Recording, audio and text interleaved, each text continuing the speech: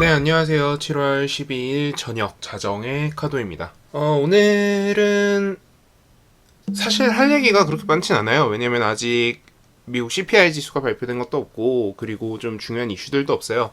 그런데 일단 현재까지 나오고 있는 말들이 있어서 일단 그 얘기를 먼저 전달해 드리려고 합니다. 어차피 여러분들이 보고 계신 지금이 아마 여러분들이 6시 15분에 보고 계실 텐데, 지금 현재 시점으로는 어차피 국내장은 끝나 있을 거예요. 하지만 마음의 준비는 하고 계셔야 될 거고, 그에 따라서 당연히 여러분들의 대응 방안들도 미리 짜드려야 될 것 같아요. 그래서 저는 양쪽 시나리오를 다 가지고 준비를 해보겠습니다. 일단 기본적으로 지금 미국 재무부도 그렇고 여러 방면에서 지금 계속 나오고 있는 게 있어요. 뭐냐면 6월 CPI는 높을 것. 하지만 이거는 과거의 데이터이다. 왜냐면 6월 이후부터 유가 등 에너지가 가격이 떨어졌기 때문에 6월 CPI는 굉장히 높겠지만 그거에 대한 지표는 과거의 데이터다라는 얘기가 계속하고 있어요. 그래서 뭐 PPI라던가 그리고 미국 미시간 대학의 소비자 행동지수 이런 것들의 발표 결과를 아마 지켜보지 않을까라는 생각이 들어요.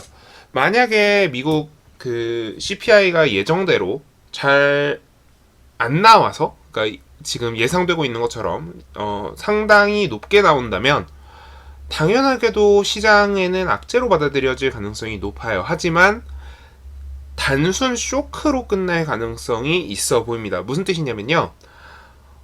생각보다 높게 나올 것 같다라는 거는 지금 중론이에요. 생각보다 낮진 않을 것 같다 정도로 중론은 이미 형성되어 있어요. 하지만 그냥 그 정도, 그러니까 생각보단 높을 것 같다 수준으로 끝나고 있어요. 뭐 계속 이야기들이 나오는 게 CPI든 PPI든 이번에 높게 나오는 거는 중요하지 않다. 컨센서스는 지금 MOM 기준으로 1.1% 정도를 지금 잡고 있는 것 같은데 컨센서스 대비 상회할 것 같진 않다. 컨센서스 자체를 높게 잡아놨기 때문에 그런 이야기들이 계속 돌고 있고요. 지금 제가 간단하게 계산해봤을 때는 한 1.3% 정도 나오는 것 같은데 MOM 기준으로 이 정도 수치라고만 한다면 그 다음 달부터는 7월 CPI죠. 좀 낮게 나올 가능성이 높아요. 이제 슬슬 물가 안정이 되고 있다 정도로 받아들여질 가능성이 높다라는 거죠.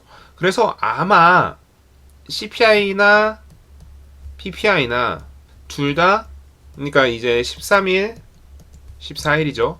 둘 다 발표되는 순간 바닥을 찍고 올라올 가능성이 높아요. 순간적으로 바닥을 만들어줄 가능성이 높아 보인다. 그러면 우리나라 시장은 어떻게 받아들여질까? 우리나라 시장에서는 당연하게도 단기 쇼크 정도로 받아들여질 가능성이 높지만 우리나라 장은 한 가지 생각해야 되는 게 미장이 닫혀 있을 때 열리고 열려 있을 때 닫힌다는 거죠. 그래서 이 단기 쇼크로조차 안 받아들여질 가능성이 높아 보입니다. 그래서 여러분들은 반드시 여러분들이 이 영상을 보고 난다면 다음 날은 아침에 필히 일찍 일어나셔가지고 미국 지수의 흐름을 잘 보셔야 될 것 같아요. 그러니까 미국 지수 상황을 보는 게 아니라 미국 지수의 전체적인 흐름을 보시는 거예요. 뭐 만약에 미국 지수가 빠졌어요.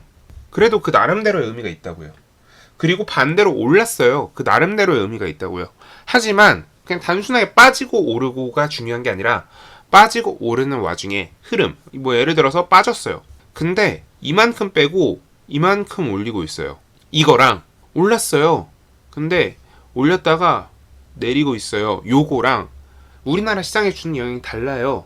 실제 숫자는 0.5% 올랐고 0.5% 내렸어요. 하지만 우리나라 시장에는 플러스 0.5%짜리 요인이고요. 우리나라 시장에 마이너스 0.5%짜리 요인이라고요. 그러니까 이거를 좀 잘 보셔야 돼요. 요 흐름을 이해하시는 게 중요할 거다. 자, 그리고 한 가지 더. 지금 이제 무증 테마가 끝나갑니다. 지금 PNK 피부케어, 피부임상센터 관련해서 대봉 LS까지 올라오고 있어요. 대주주죠. 그리고 모비익스 같은 경우에는 시황 변동 사항이 없다. 이런 이야기들을 하고 있고요. 그래서 이제 무증 테마는 슬슬 끝나간다. 하지만 내일 지니너스가 권리락이 나올 거고요. 관련주로 아마 컴퍼니 K도 주목을 받을 가능성이 높아요. 한 플러스 한 10% 정도는 갔다가 내려오겠죠. 요것도 여러분들이 좀 주목하셔야 될 것 같고, 마지막 한 방은 남아있다. 마지막 한 방 정도 남아있다라는 거 생각하시면 좋을 것 같고요. 마지막 주제로는 지금 달러랑 유로, 그러니까 강달러 현상이에요. 지금 현재로서는. 그러니까 뭐 다른 이유가 아니라 그냥 달러가 지금 너무 강해요. 달러가 너무 강하게 가고 있기 때문에 다른 뭐 원화라던가 유로라던가 엔화 뭐 이런 애들이 다 약해요. 상대적으로 그렇다는 거예요.